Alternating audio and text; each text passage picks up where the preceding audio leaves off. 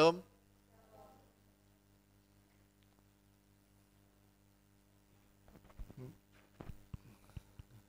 Boleh saya ngomong jujur ya? Gusar saya, gusar. Waktu Tuhan bilang, gemukkan dombaku, beri dia makan. Waktu Tuhan bilang gitu, tahu nggak apa yang ada di otak saya?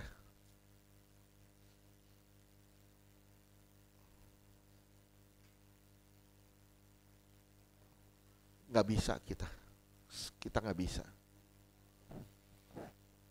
Tapi saya percaya Tuhan akan membuat saudara semua sini gemuk. Bukan dalam arti fisik. Karena dalam arti fisik kita melendung,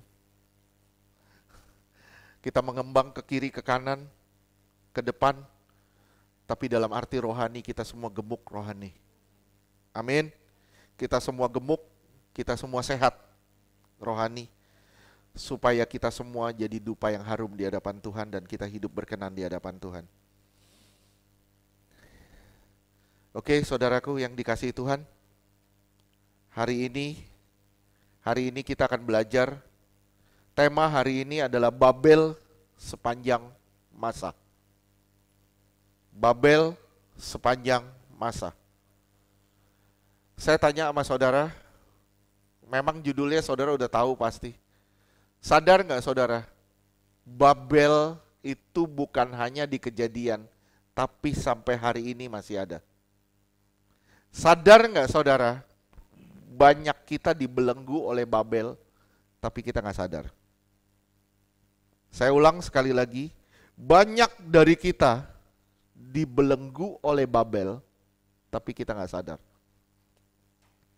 Sama-sama kita belajar di Kejadian 11, mulai dari ayat 1 sampai dengan 9. Kejadian 11, mulai dari ayat 1 sampai 9.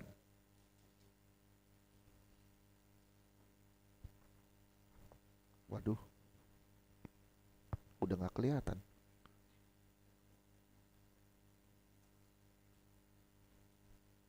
Ya, diteruskan. Kejadian 11 ayat 1. Adapun seluruh bumi, satu bahasanya dan satu logatnya. Oke, kedua. Kejadian 11 ayat 2. Maka berangkatlah mereka ke sebelah timur dan menjumpai tanah datar di tanah Sinear, lalu menetaplah mereka di sana. Oke, terus mereka berangkat ke timur nih. Mereka jalan ke timur, ke tanah Sinear. Mereka menetap di sana. Terus lanjutkan. Kejadian 11 Ingat ayat ya, 3. mereka jalan ke timur, mereka menetap di tanah Sinear. Terus? Mereka berkata seorang kepada yang lain, marilah kita membuat batu bata dan membakarnya baik-baik. Iya. Lalu bata itulah dipakai mereka sebagai batu dan tergala-gala sebagai tanah liat. Oke. Terus?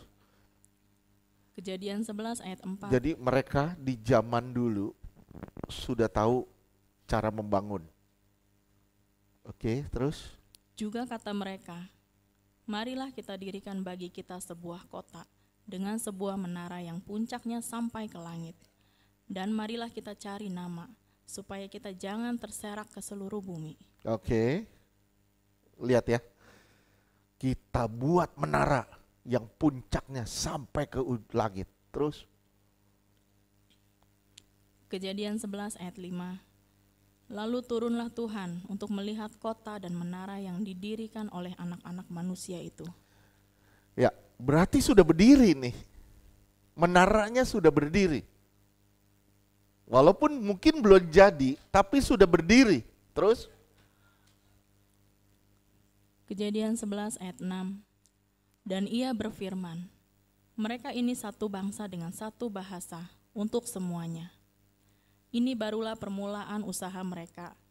Mulai dari sekarang, apapun juga yang mereka rencanakan, tidak ada yang tidak akan dapat terlaksana. Tidak ada yang tidak dapat terlaksana. Yudi bisa tolong bahasa Inggris ya?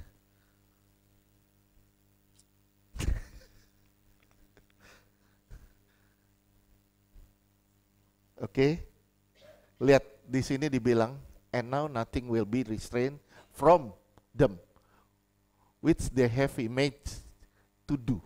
Apa yang mereka idam-idamkan, apa yang mereka inginkan, itu harus terjadi. Oke, kembali ke bahasa Indonesia, ayat 7. Apa yang mereka idam-idamkan atau inginkan, itu harus terlaksana. Kejadian 11 ayat 7. Baiklah kita turun dan mengacau balaukan di sana bahasa mereka, sehingga mereka tidak mengerti lagi bahasa masing-masing. Iya, dikacaukan. Terus, ayat 8. Kejadian 11 ayat 8. Demikianlah mereka diserahkan Tuhan dari situ ke seluruh bumi, dan mereka berhenti mendirikan kota itu. Iya. Oke, mereka tidak mau terserak lagi. Mereka bangun kota, tapi Tuhan buat mereka terserak. Terus lanjutkan. Kejadian 11 ayat 9. Itulah sebabnya sampai sekarang nama kota itu disebut Babel. Karena disitulah dikacau balaukan Tuhan bahasa seluruh bumi, dan dari situlah mereka diserahkan Tuhan ke seluruh bumi. Oke. Lihat ya, namanya jadi Babel karena dari situlah diserahkan. Oke. Saudara lihat, Babel itu didirikan, itu adalah keturunan dari Nimrod. Nimrod disebut the mighty hunter atau pemburu yang gagah perkasa. Saudara bisa lihat di Kejadian 10 ayat 9 sampai 10. Kejadian 10 ayat 9 sampai 10. Kejadian 10 ayat 9. Ia seorang pemburu yang gagah Ia perkasa. seorang pemburu yang gagah perkasa. The mighty hunter. Terus? Di hadapan Tuhan. Sebab itu dikatakan orang, seperti Nimrod seorang pemburu yang gagah perkasa di hadapan Tuhan. Iya. Terus ayat 10. Kejadian 10 ayat 10. Mula-mula kerajaannya terdiri dari Babel, Erek, dan Akad. Semuanya di tanah Sinear. Iya. Kerajaannya Babel, Erek, dan Akad. Semuanya ada di sebelah timur di tanah Sinear. Ya, oke. Lihat ya. Nimrod ini keturunan dari Ham. Coba lihat di Kejadian 9 ayat 22. Kejadian 9 ayat 22. Maka Ham, bapak Kanaan itu, melihat aurat ayahnya, lalu diceritakannya kepada kedua saudaranya di luar. Iya. Ini keturunan yang rusak adalah keturunan Ham. Coba saudara lihat bahasa Inggrisnya. Di situ melihat tuso. Oke. Melihat so. Yang bahasa bahasa Ibraninya pakai kata weyar. Weyar. W-A-Y strip Y-A-R. Weyar.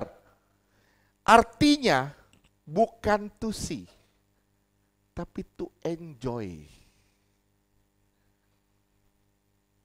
Saya ulang. Kata so itu bukan dari kata see, tapi dari kata weyar yang artinya to enjoy. Tolong dipahami ya. Kalau saya bilang, kalau menurut saya,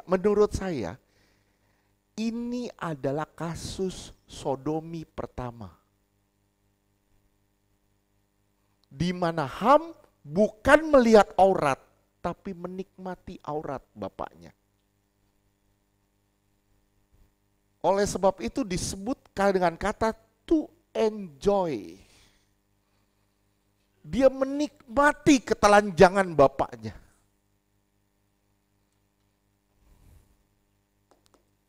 Sampai sini bisa ngerti ya? Nah, keturunan Ham adalah keturunan yang rusak.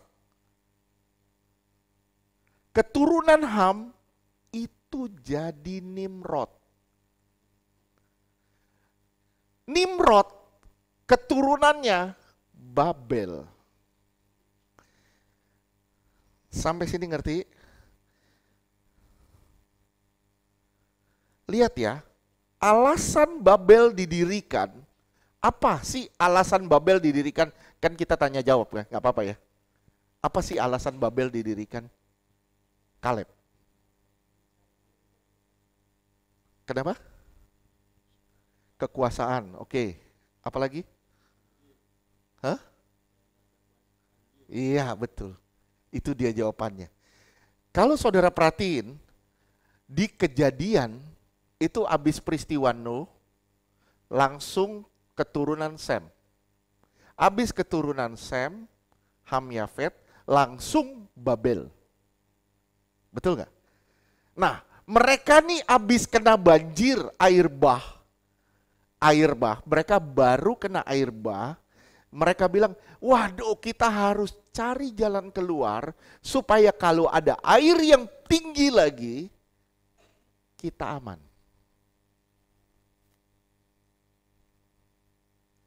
Oke. Tujuan utamanya bukan mendirikan suatu kota, tapi tujuan utamanya mencari keselamatan di luar Tuhan. Tujuannya apa? Tujuannya apa? Mereka mau menyelamatkan diri, tujuannya apa? Supaya kalau ada air bah mereka selamat. Karena mereka mau to enjoy. Mau menikmati hidupnya. Mereka sudah rusak, sudah kacau. Rusak mereka, udah rusak total. Sekali lagi, udah rusak. Apa yang mereka inginkan tadi dilihat ya di ayat 6. Tadi di di Kejadian 11 ayat 6, bahasa Inggrisnya dibilang, apa yang mereka inginkan itu harus terjadi. Harus. Ya. Apa yang mereka bayangkan, idam-idamkan, itu harus terjadi, harus terlaksana. Mereka mau cari selamat supaya mereka bisa menikmati dosa-dosa mereka. Saya bilang ya, manusia penuh akal.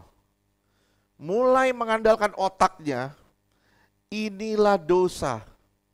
Hidup bebas, mereka ingin hidup bebas sesuai dengan hawa nafsunya.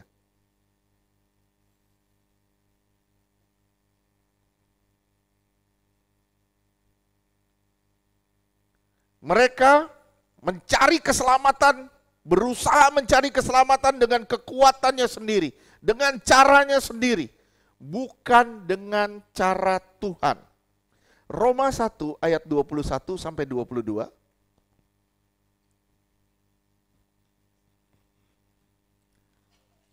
Roma 1 ayat 21.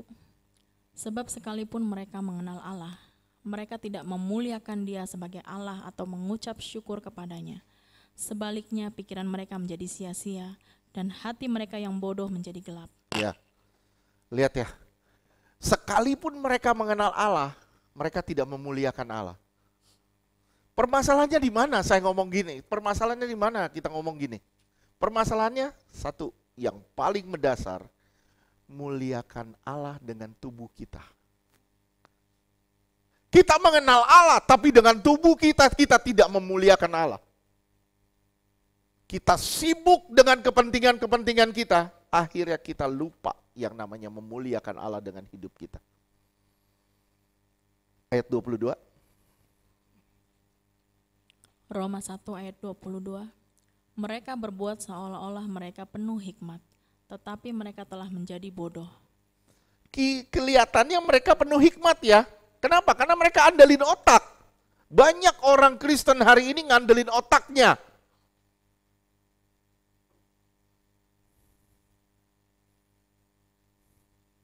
Saya ketemu sama beberapa teman, beberapa kolega.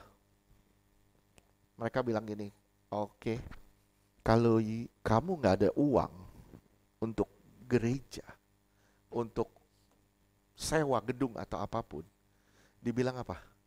Coba ajukan kredit. Pinjaman. Bertahap bayarnya.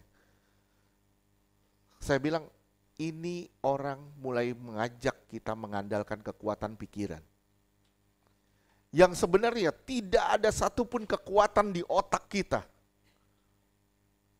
selain dari Tuhan. 23.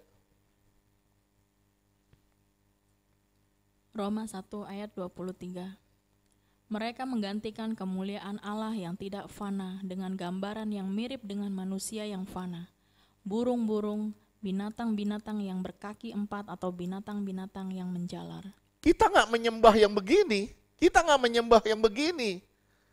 Sorry, mungkin saudara bilang, saya nggak menyembah binatang-binatang, saya nggak menyembah patung-patung, saya nggak menyembah itu.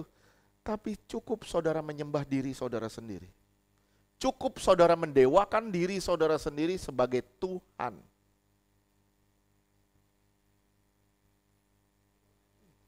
Itu sudah cukup menjadi alasan kalau saudara adalah seorang penyembah berhala. Terus ayat 24. Roma 1 ayat 24. Karena itu Allah menyerahkan mereka kepada keinginan hati mereka akan kecemaran, sehingga mereka saling mencemarkan tubuh mereka. Iya. Akhirnya mereka saling cemarkan tubuh mereka. Kalau saudara baca lanjutannya, lihat ayat 25. Roma 1 ayat 25. Sebab mereka menggantikan kebenaran Allah dengan dusta dan memuja dan menyembah makhluk dengan melupakan penciptanya yang harus dipuji selama-lamanya. 26. Amin. Roma 1 ayat 26. Karena itu Allah menyerahkan mereka kepada hawa nafsu yang memalukan, sebab istri-istri mereka menggantikan persetubuhan yang wajar dengan yang tak wajar. Iya. Perempuan sama perempuan, laki-laki sama laki-laki. Ini adalah ciri Babel. Ya. LGBT. Sama banci. Laki-laki nyaru jadi perempuan. Nyaru, saya bilang nyaru.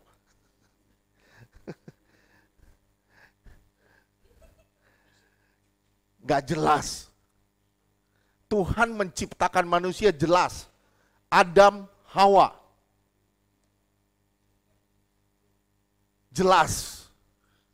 Laki-laki, perempuan. Tuhan gak bakal nyiptain seseorang itu berdiri di tengah. Gak jelas. Gak bakal. Nah, saya bilang, kalau orang yang masih melakukan itu orang yang gak jelas hidupnya. Oke, terus 27. Roma 1 ayat 27. Demikian juga suami-suami meninggalkan persetubuhan yang wajar dengan istri mereka dan menyala-nyala dalam birahi mereka seorang terhadap yang lain, sehingga mereka melakukan kemesuman laki-laki dengan laki-laki, dan karena itu mereka menerima dalam diri mereka balasan yang setimpal untuk kesesatan mereka. Iya, 28. Roma 1 ayat 28. Dan karena mereka tidak merasa perlu untuk mengakui Allah, maka Allah menyerahkan mereka kepada pikiran-pikiran yang terkutuk, sehingga mereka melakukan apa yang tidak pantas. Mereka melakukan apa yang tidak pantas. Ini boleh ya saya ngomong ya. Ya, saya pernah melayani satu keluarga menjadi bagian dari klub yang namanya swinger. Pernah dengar swinger? Belum? Belum pernah? Oke, swinger tuh begini. Suami istri, daripada mereka bercerai, lebih baik mereka tukar-tukar pasangan. Sama suami istri lain, mereka tukar-tukar. Istrinya sama suaminya, sama suami lain, dan suami istri ini sama gitu. Jadi ditukar-tukar, pasangannya ditukar-tukar. Berdasarkan kesepakatan. Saya melayani keluarga ini, itu yang disebut mereka satu klub namanya swinger. Berganti-ganti pasangan. bosen, tuker sama keluarga lain. Keluarga lain bosen, tuker sama keluarga lain. Mereka alasannya apa? Daripada gue cerai. Dan luar biasanya, banyak sekali pengerja di sana. Banyak, mereka bilang banyak sekali orang Kristen. Bahkan mereka bilang 60% orang Kristen.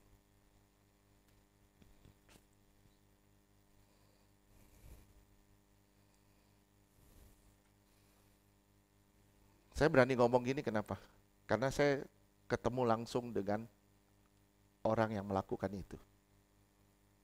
Saya melayani, benar-benar. Mereka aktivis di gereja. Saya ulang sekali lagi, mereka aktivis di gereja. Bukan cuma datang ke gereja, bukan. Tapi mereka aktif di gereja. Dan ternyata mereka bilang banyak sekali pelayan-pelayan Tuhan dari klub itu. Bukankah ini Babel? Mereka punya hawa nafsu. Daripada gue bosen sama istri misalnya. Ayo kita deal, tukeran pasangan. Waduh, kacau loh.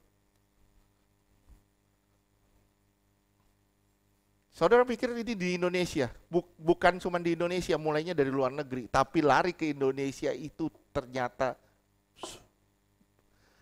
memang itu underground ya. Memang itu underground, tidak nampak. Tapi itu terjadi, itu fakta. Klub ini. Mereka sering jalan keluar kota, sering rame-rame, klub, rombongan, berapa puluh mobil jalan, tuker-tukeran.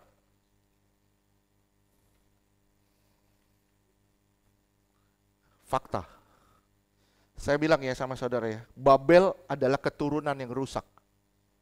Babel itu adalah keturunan yang rusak. Babel artinya kacau atau penentang Allah. Saya ulang, Babel adalah keturunan yang rusak. Babel adalah buah keturunan yang rusak. Dan Babel berarti kacau atau menentang Allah.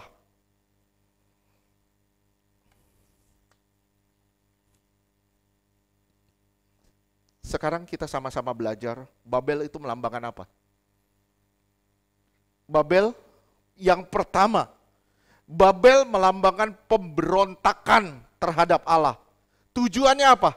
Agar bebas menuruti kejahatan mereka. Yang pertama, Babel melambangkan pemberontakan terhadap Allah. Tujuannya agar bebas menuruti hati yang jahat. Supaya mereka tetap melakukan kejahatan. Berapa banyak orang Kristen seperti ini hari ini? Sakit, berdoa, Tuhan sembuhkan aku mau bertobat. Begitu sembuh, berobat lagi. Bukan bertobat, malah kumat.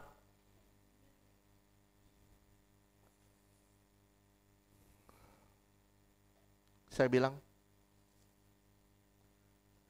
ini ciri khas Babel.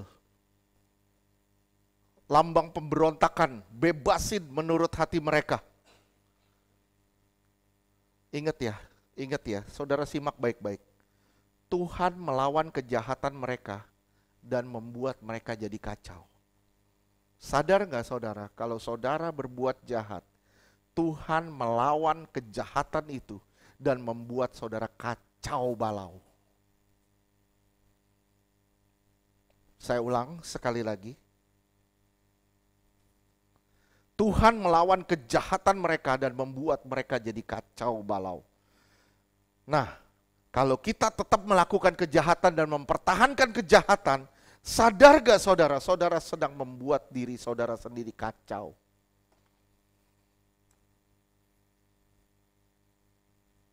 Gimana taunya saudara sedang kacau? Gimana taunya saudara sedang kacau? Ketika damai sejahtera itu gak ada di dalam saudara. Wahyu 6 ayat 4.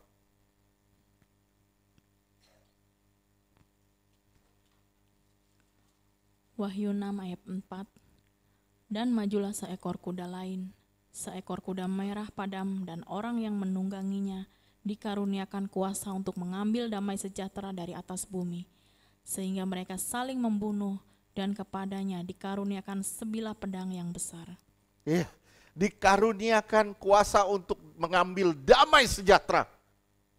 Lihat, ini berarti ada peperangan. Lihat ya, roh jahat akan mengambil damai sejahtera saudara, akan mengambil damai sejahtera saudara, dan saudara mulai menjadi kacau. Ketika saudara mulai meninggalkan Tuhan, tanpa saudara sadar, saudara akan jadi kacau. Aduh, pernah gak saudara dengar orang bilang, gua gak ada damai nih, jalan gua gak ada damai, hati gua gak ada damai. Kenapa? Karena sebenarnya dia sedang kacau. Kenapa dia kacau? Karena dia melegalisir dosa.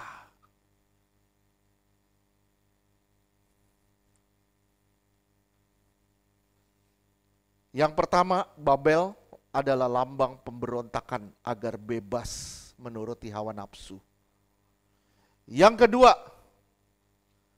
Babel adalah lambang kerajaan iblis, di mana umat Tuhan ditawan.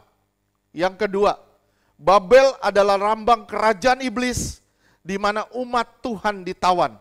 Kita lihat Babel dulu di zaman Israel, 2 Raja-Raja 20 ayat 17 dan 18. 2 Raja-Raja 20 ayat 17 dan 18. 2 Raja-Raja 20 ayat 17. Sesungguhnya suatu masa akan datang bahwa segala yang ada dalam istanamu dan yang disimpan oleh nenek moyangmu sampai hari ini akan diangkut ke Babel. Akan ditawan, diangkut di Babel. Terus? Tidak ada barang yang akan ditinggalkan, demikianlah firman Tuhan. Enggak ada satupun yang bisa ditinggal. Semua akan ditawan di Babel. Terus 18. Babel adalah lambang kerajaan iblis di mana umat Tuhan ditawan. Terus 18. 2 Raja-Raja ayat 18.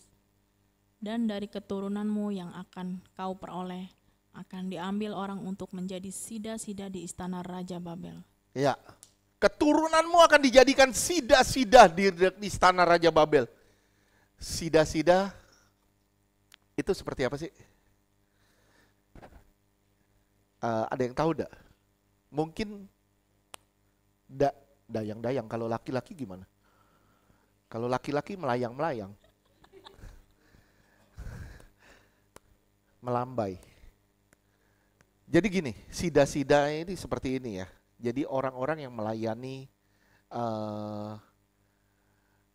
selir-selir raja. Tapi supaya mereka tidak bersetubuh dengan selir rajanya, mereka dikebiri. Mereka dikebiri. Bisa paham enggak sih? Mereka laki-laki, tapi dikebiri. Supaya apa? Supaya tidak bisa berhubungan dengan selir raja. Itu yang disebut sida-sida. Oke? Akan diambil untuk menjadi sida-sida di istana. Sida-sida. Oke? Terus kita lihat lagi, itu tawanan. Sida-sida itu tawanan. Jadi orang-orang yang tidak lengkap lagi hidupnya. Oke, ditawan sampai mereka tidak lengkap lagi. 2 Raja-Raja 24 ayat 10 sampai dengan 12. 2 Raja-Raja 24 ayat 10. Pada waktu itu majulah orang-orang Nebukadnezar, Raja Babel, menyerang Yerusalem dan kota itu dikepung. Ya, terus Yerusalem dikepung nih, terus 2 Raja-Raja 24 ayat 11. Juga Nebukadnezar Raja Babel datang menyerang kota itu, sedang orang-orangnya mengepungnya. 12. 2 Raja-Raja 24 ayat 12. Lalu keluarlah Yoyakim, Raja Yehuda mendapatkan Raja Babel, ia sendiri, ibunya, pegawai-pegawainya, para pembesarnya dan pegawai-pegawai istananya. Raja Babel menangkap dia pada tahun yang ke-8 dari pemerintahannya. Ditangkap, jadi orang Yehuda ditangkap, ditawan. Babel melambangkan kerajaan iblis di mana umat Tuhan ditawan. Sekarang lihat ayat 15 sampai dengan 18. 2 Raja-Raja 24 ayat 15. Ia mengangkut Yehoyakin ke dalam pembuangan ke Babel. Juga ibunda raja, istri-istri raja, pegawai-pegawai istananya dan orang-orang berkuasa di negeri itu dibawanya sebagai orang buangan dari Yerusalem ke Babel. Iya, semuanya dibawa sebagai orang buangan dari Yerusalem. Yerusalem itu damai sejahtera ke Babel. Perhatiin dah, damai sejahtera hilang, dibawa jadi kacau. Sampai sini paham? Terus 16. 2 Raja-Raja 24 ayat 16. Semua orang yang gagah perkasa, 7.000 orang banyaknya, para tukang dan para pandai besi, 1.000 orang banyaknya, sekalian pahlawan yang sanggup berperang, dibawa oleh Raja Babel sebagai orang buangan ke Babel. Iya. Semuanya orang-orang yang kuat, gagah perkasa, semua dibawa ke Babel, semua ditawan. Ini Babel zaman Israel. Terus 17. 2 Raja-Raja 24 ayat 17. Kemudian Raja Babel mengangkat matanya paman Yehoyakin menjadi raja menggantikan dia dan menukar zamannya menjadi Sedekia. Iya, 18. 2 Raja-Raja 24 ayat 18. Sedekia berumur 21 tahun pada waktu ia menjadi raja dan 11 tahun lamanya ia memerintah di Yerusalem. Nama ibunya ialah Hamutal binti Yeremia dari Libna. Iya, semua orang Israel ditawan di sana, ditawan, diangkat. Babel akhir zaman, Babel akhir zaman adalah kerajaan iblis yang tidak berwujud. Babel akhir zaman adalah kerajaan iblis tanpa wujud. Tanpa wujud. Dengar ya, tanpa wujud. Kerajaan iblis tanpa wujud. Tapi bisa berbentuk materi, keduniawian, persundalan. Bisa dalam bentuk materi, cinta uang, keduniawian, persundalan. Wahyu 17 ayat 1 sampai 5. Wahyu 17 ayat 1. Lalu datanglah seorang dari ketujuh malaikat yang membawa ketujuh cawan itu dan berkata kepadaku, "Mari ke sini. Aku akan menunjukkan kepadamu putusan atas pelacur besar." Pelacur besar. Jadi yang membawa orang-orang Kristen melacur. Yang membawa umat-umat Tuhan melacur. Terus yang membawa bahkan gereja Tuhan melacur. Yang duduk di tempat yang banyak airnya. Di tempat banyak airnya. Terus Wahyu 17 ayat 2. Dengan dia raja-raja di bumi telah berbuat cabul. Dan semua raja di bumi berbuat cabul. Terus dan penghuni-penghuni bumi telah mabuk oleh anggur percabulannya. Semua sudah mabuk sama anggur percabulan. Ini Babel zaman sekarang. Terus tanpa saudara sadar, banyak sekali orang Kristen hari ini ditawan di Babel. Terus Wahyu 17 ayat 3. Dalam roh aku dibawanya ke padang gurun, dan aku melihat seorang perempuan duduk di atas seekor binatang yang merah ungu, yang penuh tertulis dengan nama-nama hujat. Binatang itu mempunyai 7 kepala dan 10 tanduk. Ya, saya nggak akan bahas ini, saya nggak akan bahas ini. Kalau bahas ini nanti bahas sendiri, kita nggak bisa bahas digabung sama Babel. Karena ini sebenarnya pelacur. Pelacur yang membuat umat Tuhan melacur. Terus Wahyu 17 ayat 4.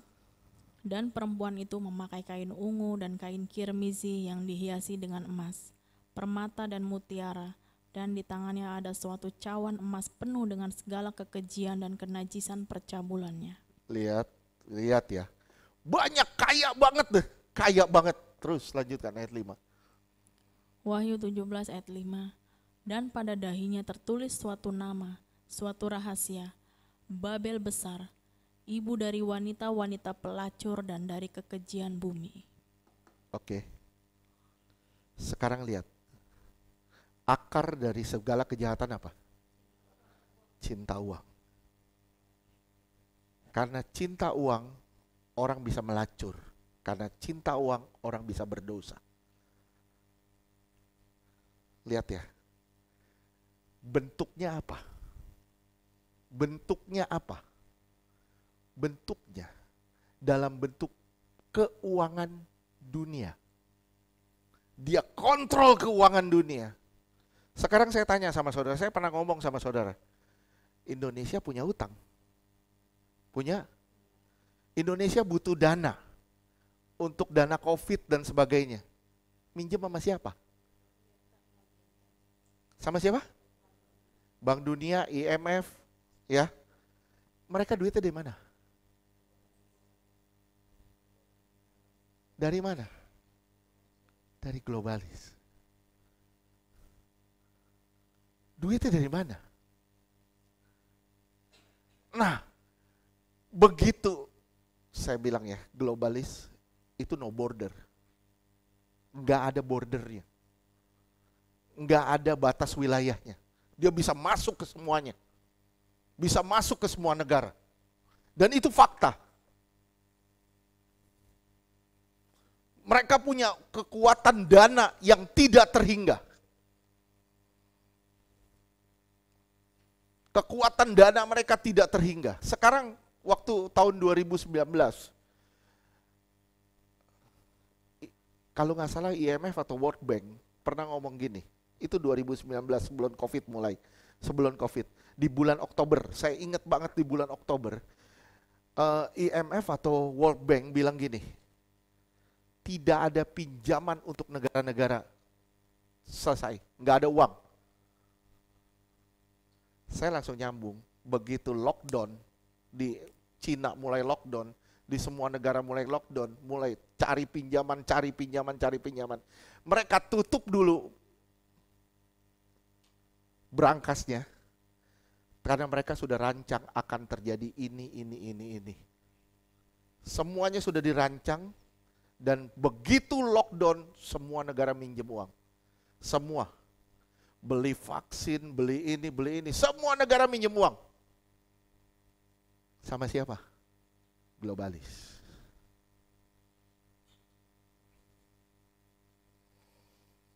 Gimana? Terusin. Diedit? Gak usah.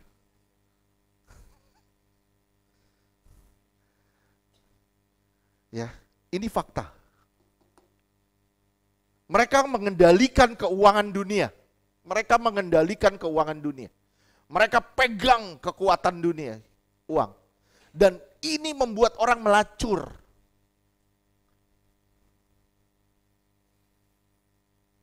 Lihat keuntungan farmasi semenjak COVID, gila-gilaan. Gila-gilaan keuntungannya. Lihat yang perusahaan menjadi besar apa? Perusahaan yang bergerak di bidang kesehatan. Kita pernah ngalamin beli vitamin langka, betul gak? Betul? Saudara pernah ngalamin gak beli Baiklin aja gak ada? Ya, buat disinfektan. Kita beli masker sampai 300.000. Satu box. Ya, sekarang puji Tuhan udah 15.000. Kenapa bisa gitu? Karena ini sudah dirancang, sudah di set up semuanya. Ini semua sudah di set. Ini yang disebut Babel. Kerajaan iblis nggak kelihatan loh, nggak kelihatan loh, bener-bener nggak kelihatan. Nggak dalam bentuk kerajaan, istana yang mewah atau gimana rajanya kelihatan. Nggak kelihatan. Tapi tersamar semuanya. Dan luar biasanya,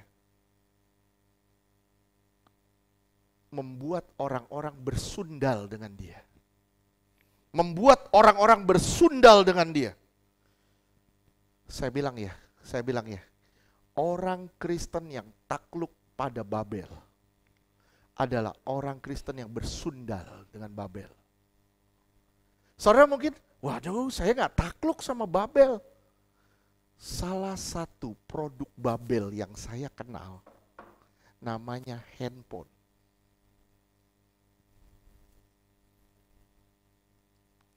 Berapa banyak orang Kristen nggak bisa lepas dari handphone. Di gereja pun nggak bisa lepas loh.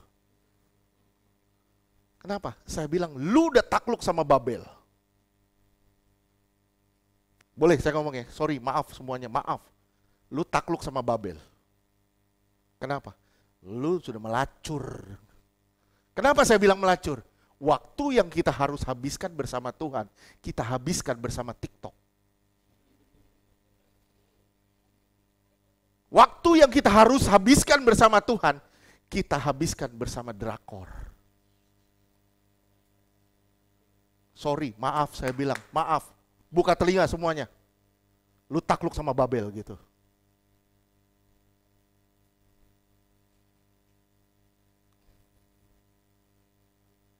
Malu loh.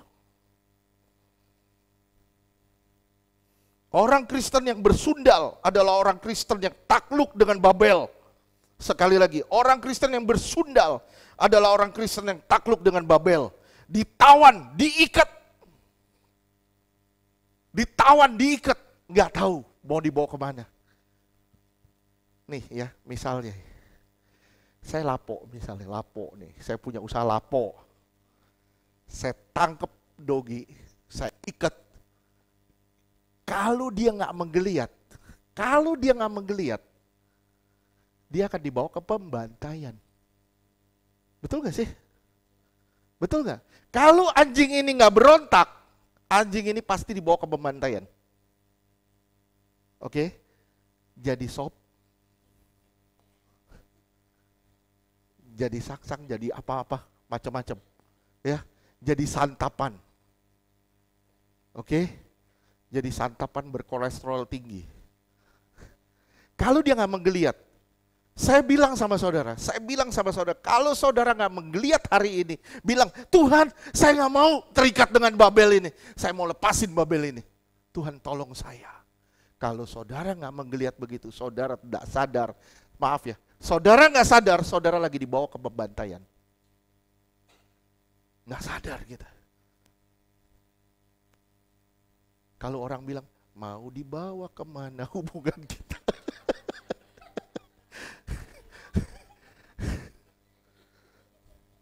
Mau dibawa kemana kita? Kita nggak tahu.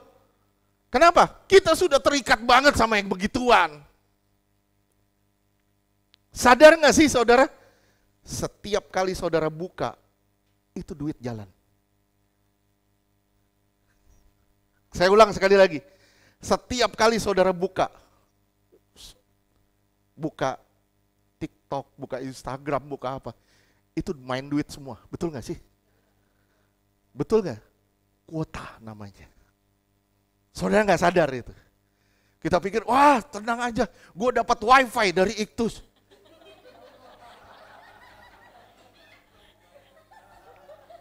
Soalnya gue dapat wifi dari Iktus. Iktus bayar kuota.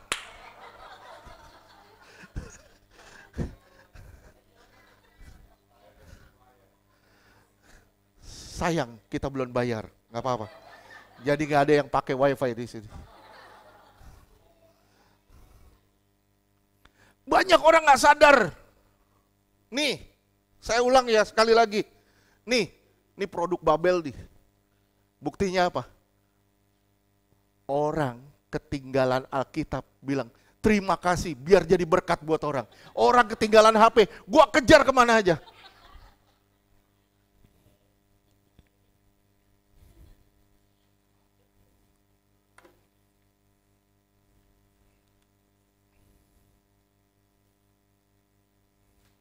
Betapa gilanya ya produk Babel itu ya.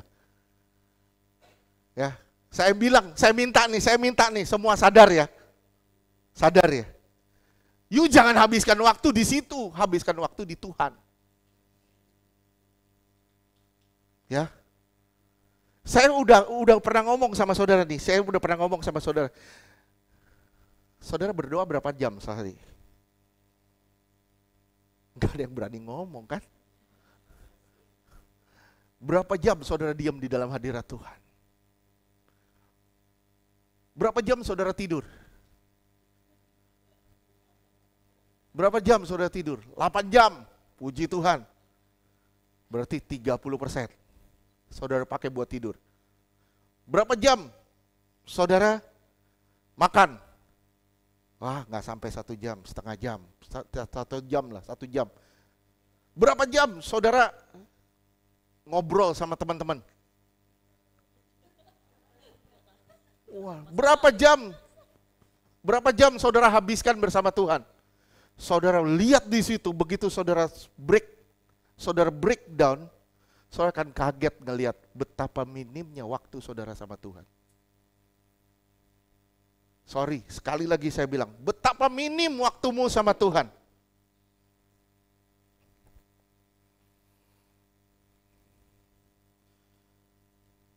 Saya ulang sekali lagi ya. Orang Kristen yang bersundal adalah orang Kristen yang takluk dengan Babel. Ditawan, diikat. Dia nggak tahu sebenarnya dia sedang dibawa ke pembantaian. Aduh, menakutkan loh. Simak ya. Hidup dalam dosa adalah hidup yang mengundang ancaman. Saya ulang sekali lagi. Hidup dalam dosa adalah hidup yang mengundang ancaman. Saudara silakan berbuat dosa. Tanpa saudara sadar, saudara sedang mengundang ancaman datang dalam hidup saudara.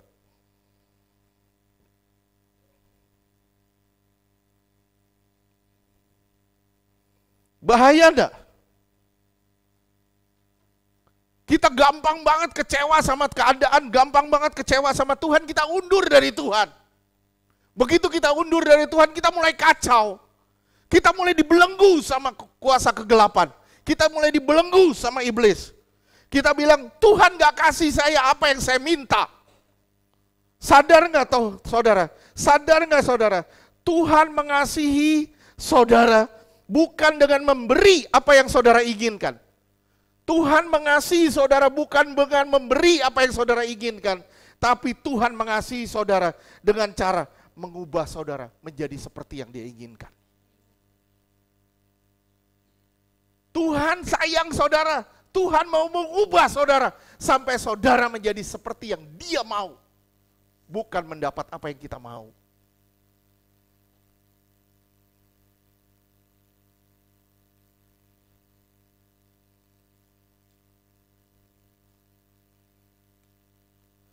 Saya rindu nih, semua kita gak ada yang diikat sama Babel.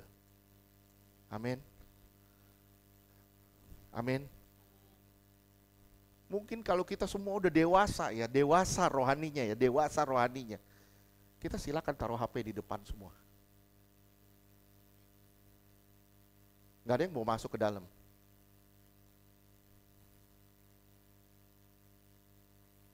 Kalau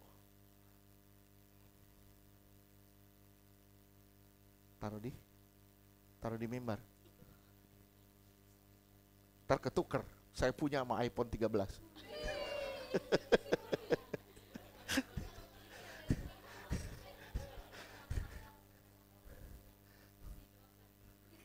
Oke?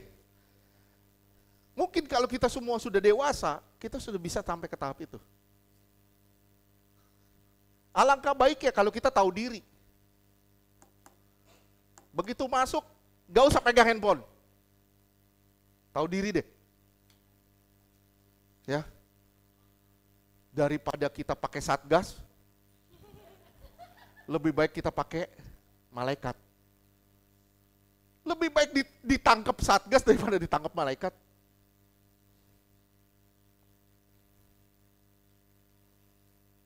Halo? Ini ya, Babel melambangkan pemberontakan terhadap Allah. Babel melambangkan kerajaan iblis yang menawan umat Tuhan. Lihat, gereja itu eklesia, bahasa Yunaninya eklesia. Saya ulang, gereja bahasa Yunaninya eklesia yang artinya keluar dari dunia. Keluar dari dunia. Gereja tidak boleh dibusukkan oleh dunia. Saya ulang, gereja itu eklesia yang artinya keluar dari dunia. Gereja bukan berarti gedung atau apa. Saya bilang saudara dan saya ini gereja. Kita nih gereja, kita udah keluar dari dunia. Kita keluar dari dunia. Jangan kita masuk lagi ke dalam dunia. Saya ulang, jangan kita masuk lagi ke dalam dunia. Gereja tidak boleh dibusukkan oleh dunia. Wahyu 18 ayat 4.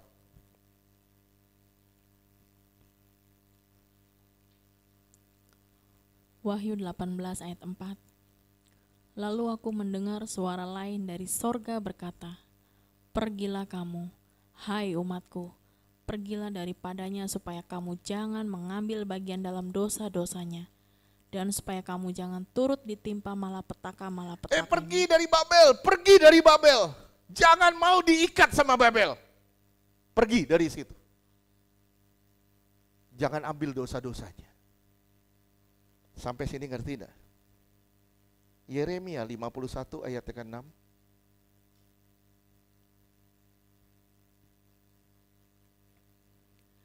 Yeremia 51 ayat 6. Larilah dari tengah-tengah Babel, hendaklah setiap orang menyelamatkan nyawanya. Lari ya dari Babel ya. Jangan mau diikat sama Babel. Terus? Supaya kamu jangan tertumpas karena kesalahannya. Terus? Sebab inilah waktu pembalasan bagi Tuhan. Ia membayar ganjaran kepadanya. Oke.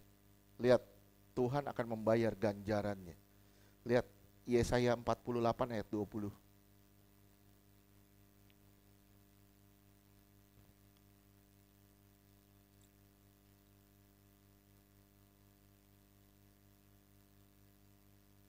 Yesaya.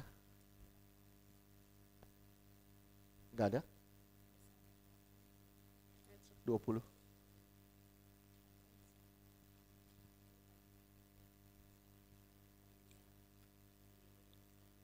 Oke, 20.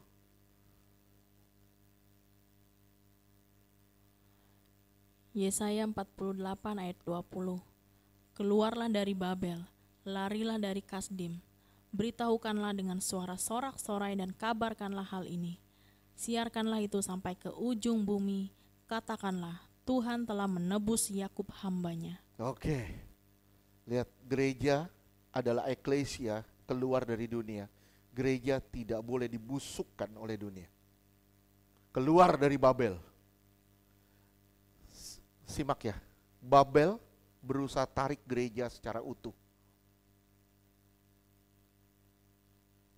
Dengan cara menghabiskan waktu mereka untuk kepentingan-kepentingan diri sendiri. Kesenangan diri sendiri. Gereja mau ditarik sama Babel secara utuh. Habisin waktu lu.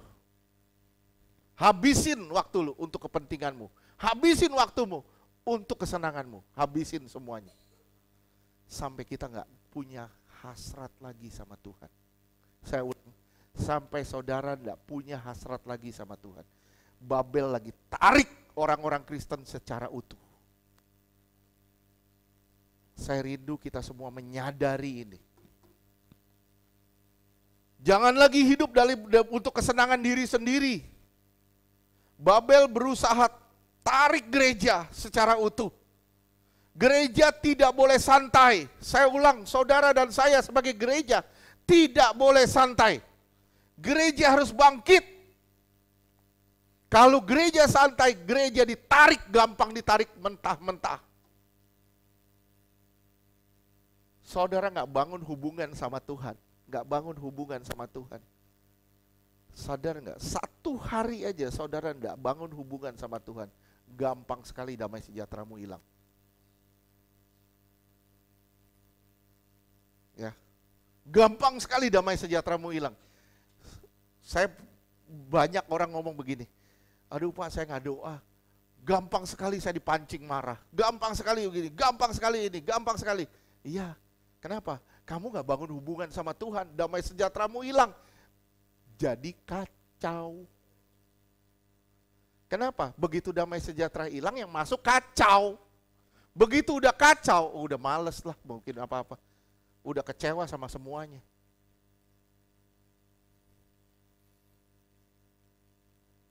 Lihat ya, Yeremia 2 ayatnya ke-13.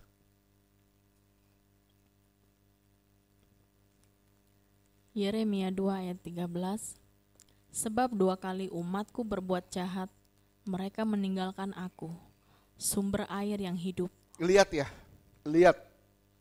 Orang Kristen yang undur dari Tuhan, kecewa, mundur, malas doa, malas beribadah, malas bersekutu sama Tuhan, terus dia adalah orang Kristen yang meninggalkan sumber air yang hidup. Terus Untuk menggali kolam bagi mereka sendiri. mereka gali kolam bagi diri mereka sendiri, terus cari kesenangan dari dunia. Saya ulang, cari kesenangan dari dunia. Terus apa yang terjadi? Yakni kolam yang bocor. Kolamnya bocor. Saudara gali kesenangan dari dunia, gali kesenangan dari dunia. Saya bilang sama saudara, saudara nggak pernah akan bisa puas.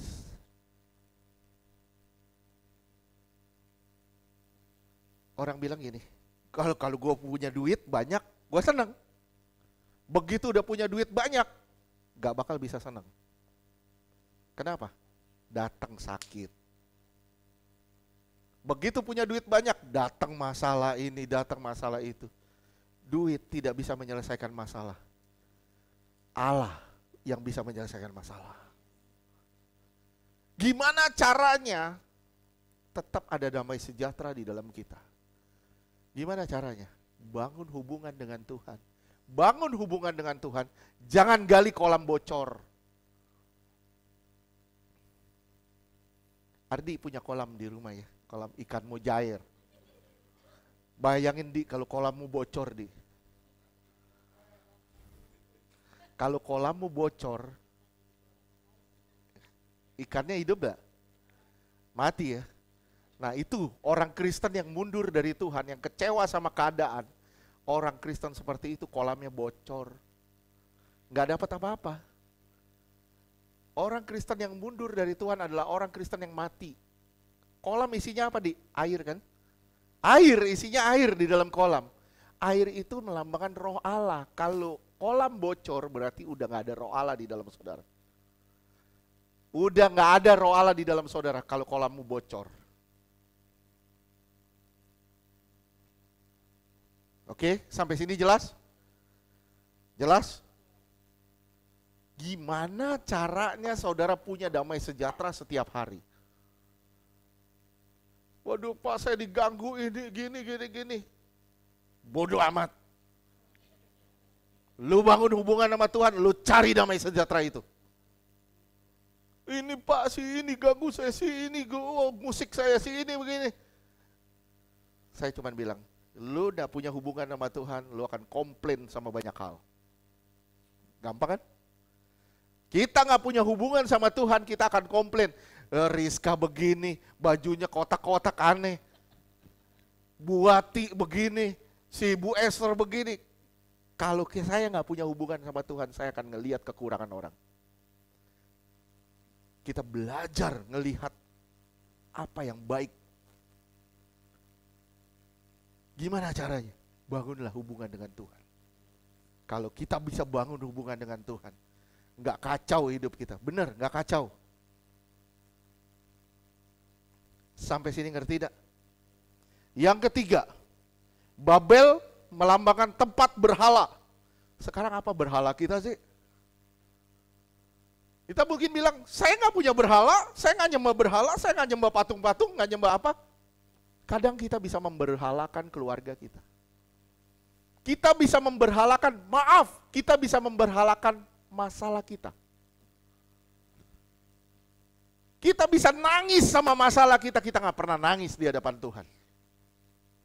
Kita nangisin masalah kita, aduh merana hidup gue, kasihan. Sampai kita bilang sendiri dalam doa, kasihan deh lo. Kita mengasihani diri terus. Kita mengasihani diri terus, itu berhala. Belajarlah ngelihat dengan sudut pandang Tuhan.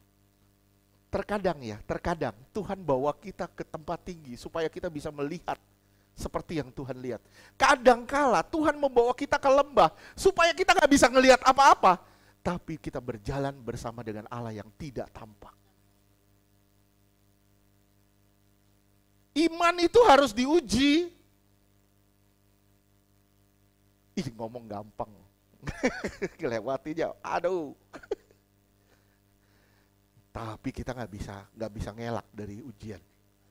Ya, salah satu bentuk kecintaan kita kepada Tuhan itu adalah ujian. Ketika kita bilang, pemazmur bilang, ujilah aku Tuhan, cobalah aku Tuhan, apakah aku mengasihimu? Berani gak saudara ngomong gitu? Tuhan, saya sayang Tuhan, ayo Tuhan, uji gue. Coba gue sayang engkau dah. Waduh.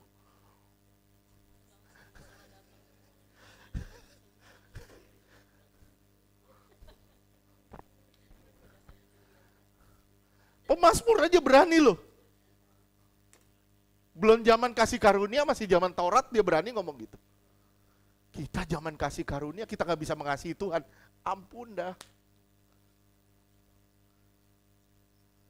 Kenapa? Karena banyak distorsinya. Salah satu distorsinya itu handphone. Lihat dah, saudara terikat sama handphone. Sorry ya, maaf ya. Saudara mau doa, pagi doa. Habis saat teduh langsung terikat handphone, nonton ini, nonton itu. Saya jamin hidupmu kacau.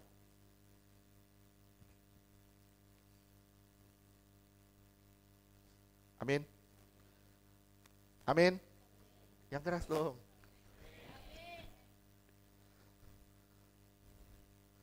Oke. Babel adalah tempat berhala. 2 Raja-Raja 17 ayat 30.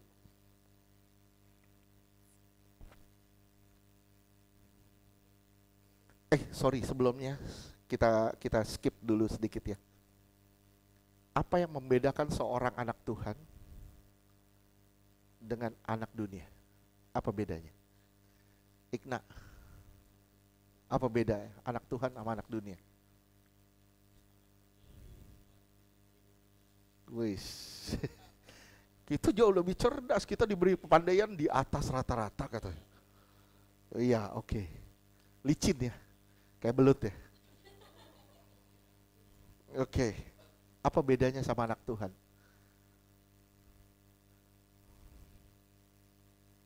Yang membedakan gampang sebenarnya. Bedanya anak Tuhan sama anak dunia. Gampang bedanya. Anak Tuhan matiin daging, anak dunia hidupin daging. Gampang itu aja. Kita berjalan dalam roh, matiin daging. Anak dunia berjalan dalam daging, matiin roh. Gampang gak? Gampang. Kolose 3 ayat 5.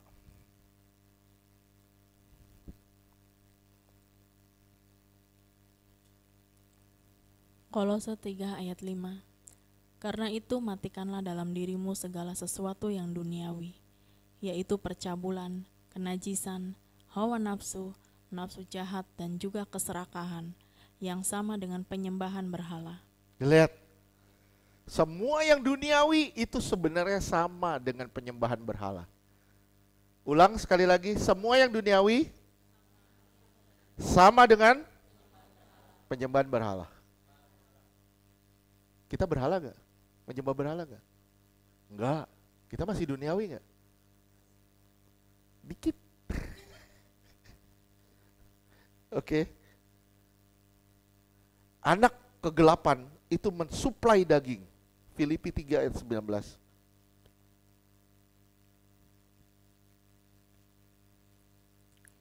Filipi 3 ayat 19. Kesudahan mereka ialah kebinasaan. Tuhan mereka ialah perut mereka. Kemuliaan mereka ialah aib mereka. Pikiran mereka semata-mata tertuju kepada perkara duniawi. Ya, nggak usah fokus sama perkara dunia. Kenapa?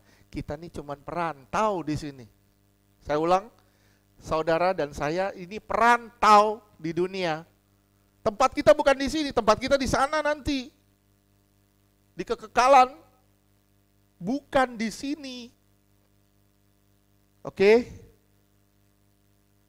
Jangan tertuju terus kepada hal-hal yang duniawi, tujukan pandanganmu kepada surga supaya engkau diubah sampai menjadi seperti Allah.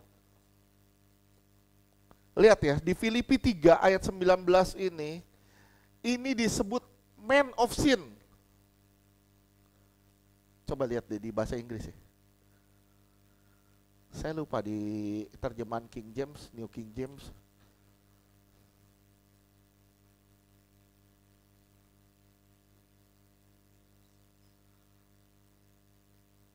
Oke. Di sini nggak ada, berarti di terjemahan lain itu disebutnya man of sins. Jadi manusia dosa, manusia daging atau manusia dosa. Tapi manusia Allah disebut man of God. Nah, kita yang mana? Man of God atau man of sin? Kalau man of God, tujukan matamu ke surga. Kalau man of sin, tujukan matamu ke bawah. Gampang. Oke. Yang keempat, Babel melambangkan ibadah yang salah. Saya ulang sekali lagi, Babel melambangkan ibadah yang salah. Cepat sedikit deh ya, cepat sedikit ya. Pertama, tujuan pembentukannya salah. Cari Tuhan bukan karena cinta Tuhan, tapi cari Tuhan karena fasilitas Tuhan. Banyak orang Kristen hari ini takut kalau nggak ke gereja. Takut kalau nggak berdoa bukan karena cinta Tuhan, tapi karena takut bermasalah. Saudara cari Tuhan karena saudara cinta Tuhan. Rindu akan ke tempat kediaman Tuhan. Jangan cari Tuhan untuk kepentingan saudara sendiri. Kejadian 11 ayat 4.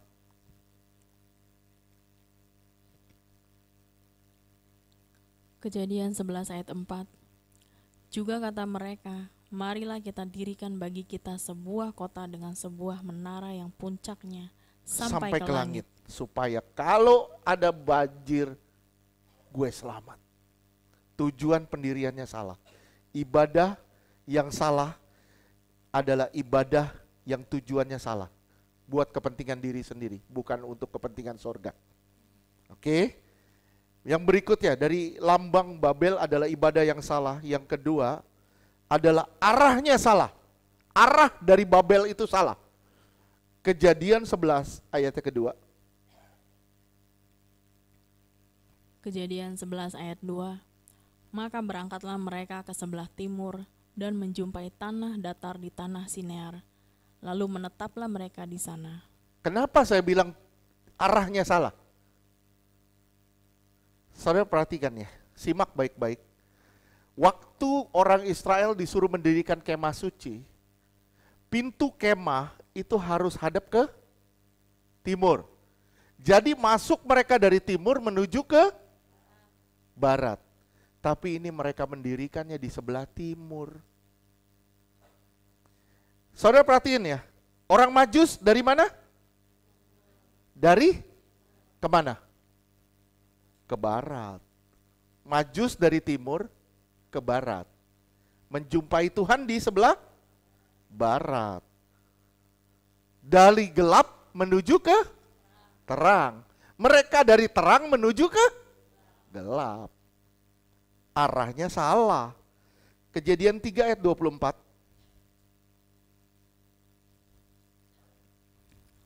Kejadian 3 ayat 24. Ia menghalau manusia itu dan di sebelah timur Taman Eden ditempatkan. Nah, lihat ya, di sebelah timur Taman Eden, di sebelah timurnya, di situ di ujungnya, di ujung jalan itu ditempatkan malaikat kerub supaya manusia nggak bisa masuk lagi ke barat. Manusia telah kehilangan kemuliaan ketika manusia jatuh dosa. Tapi Yesus membawa saudara kembali pada kemuliaan. Oke. Lihat lagi, Kejadian 13 ayat 9 sampai 11. Kejadian 13 ayat 9. Bukankah seluruh negeri ini terbuka untuk engkau? Baiklah pisahkan dirimu daripadaku. Jika engkau ke kiri, maka aku ke kanan. Ini Lot bilang apa sama Abraham? Kalau kamu ke kiri, aku ke kanan. Terus? Jika engkau ke kanan, maka aku ke kiri. Ya, kita harus berselisih jalan. Terus ayat 10. Kejadian 13 ayat 10. Lalu Lot melayangkan pandangannya dan dilihatnyalah bahwa seluruh lembah Yordan banyak airnya, seperti taman Tuhan, seperti tanah Mesir sampai ke Zoar. Hal itu terjadi sebelum Tuhan memusnahkan Sodom dan Gomora. Iya, ayat 11. Kejadian 13 ayat 11. Sebab itu Lot memilih baginya seluruh lembah Yordan itu. Lalu Itya merangkat ke sebelah timur dan mereka berpisah. Lihat, Lot kemana? Abraham ke barat. Abraham ke Kanaan. Di sebelah barat. Itu tanah perjanjian. Di sebelah barat. Lot ke sebelah timur, Sodom Gomora. Jadi di luar Tuhan itu hanya ada penghukuman. Masuk ke dalam Tuhan itu ada kemuliaan. Amin. 2 Raja-Raja 13 ayat 17. Sedikit lagi.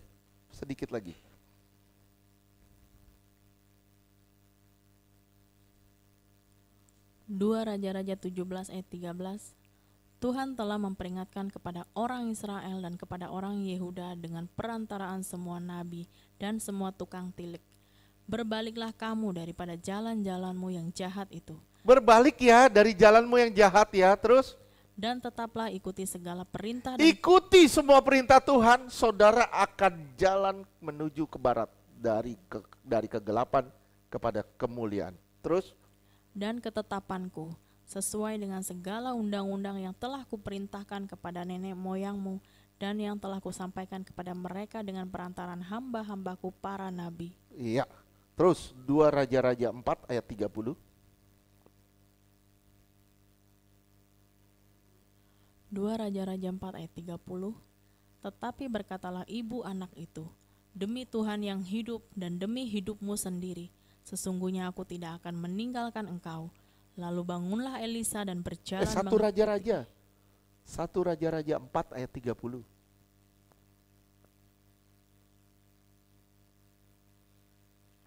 1 Raja-Raja 4 ayat 30.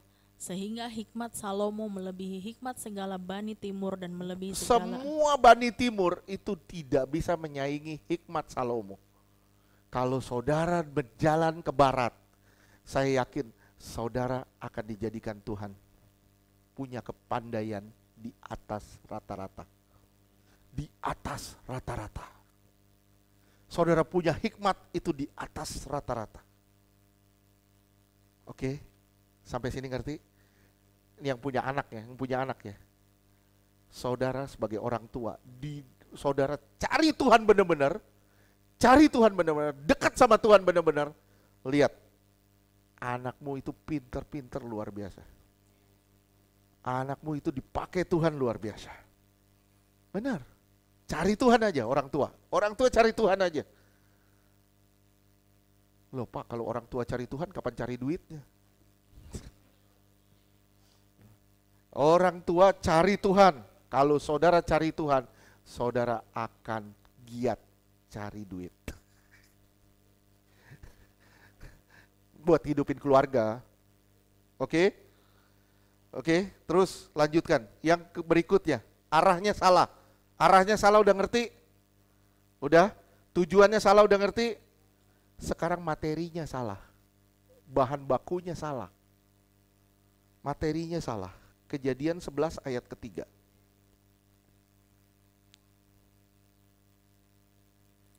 Kejadian 11 ayat 3. Mereka berkata seorang kepada yang lain, marilah kita membuat batu bata dan membakarnya baik-baik. Batu bata kita bakar baik-baik. Terus Lalu bata itulah dipakai mereka sebagai batu dan tergala-gala sebagai tanah. Lihat. gala-gala, ter gala-gala. Oke. Tergala-gala, bukan tergala-gala, tergala-gala. Oke. Kita lanjutkan terus. Lihat ya. Kenapa saya bilang materinya salah? Saudara lihat di Keluaran 1 ayat 14. Batu bata itu melambangkan paksaan. Batu bata melambangkan paksaan. Keluaran 1 ayat 14. Dan memahitkan hidup mereka dengan pekerjaan yang berat, yaitu mengerjakan tanah liat dan batu bata, dan berbagai-bagai pekerjaan di padang. Ya, segala pekerjaan yang dengan kejam dipaksakan Semuanya dipaksain, semuanya dipaksain. Jadi materinya salah, artinya batu bata melambangkan ibadah yang salah, yang artinya ibadah karena paksaan, bukan karena kerelaan. Ibadah adalah kerelaan, bukan paksaan. Ibadah disertai dengan paksaan akan terjadi kemunafikan. Saya ulang sekali lagi, ibadah disertai paksaan akan menjadi kemunafikan, tapi ibadah harus disertai kerelaan. Inilah Babel sepanjang masa. Hati-hati, jangan sampai saudara terikat sama Babel. Jangan sampai saudara dijebak di dalam Babel. Dan jangan sampai saudara dicemarkan atau dibusukkan oleh Babel. Jangan sampai. Lepasin dirimu dari semua ikatan dan biarkan Tuhan mengubah hidupmu menjadi seperti Tuhan. Amin. Tuhan berkati semuanya.